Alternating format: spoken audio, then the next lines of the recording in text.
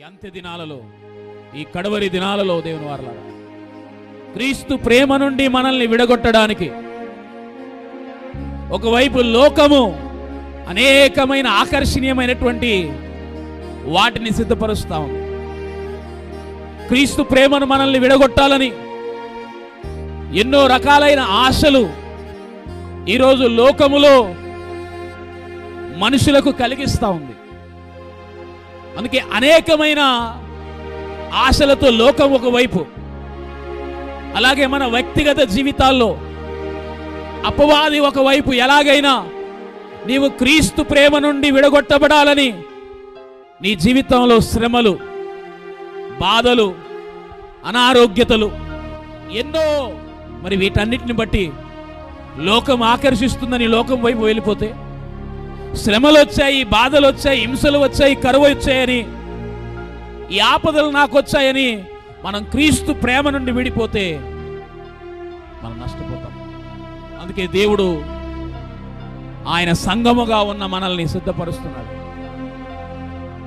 మిమ్మల్ని ఏ పరిస్థితులు కూడా, మీ జీవితంలో ఏ పరిస్థితులు కూడా, ఈ యొక్క పరిస్థితులు వచ్చినా దేవుని నుండి విడగొట్టకూడదు. అయితే దేవుని సంగమా, ఒకవైపు నమ్మిన వారు దేవుని ప్రేమ నుండి విడిపోతున్నారు, మరోవైపు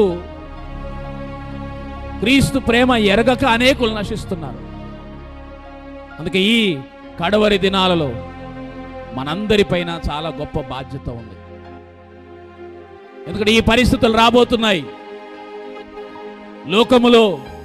అందుకనే సద్భక్తితో బ్రతికేవారు వారు హింస పొందుతారు. అంటే నిజమైన భక్తి మనలో ఉంటే హింసలు వస్తాయి. వాక్యం చెప్పింది, శ్రమలు వస్తాయి. మన జీవితాల్లో ఎన్నో కార్యాలు ఆలస్యం అవుతుంటాయి, ఎన్నో పరిస్థితులు ఆటంకంగా కనబడుతుంటాయి.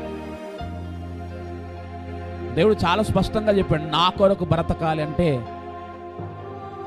నీవు హింసింపబడతావు, బాధల గుండా వెళ్తావు, అనేక ఆటంకాలు నీ జీవితంలో వస్తాయి, అనేక శ్రమలు నువ్వు అనుభవిస్తూ వెళ్తుంటావు.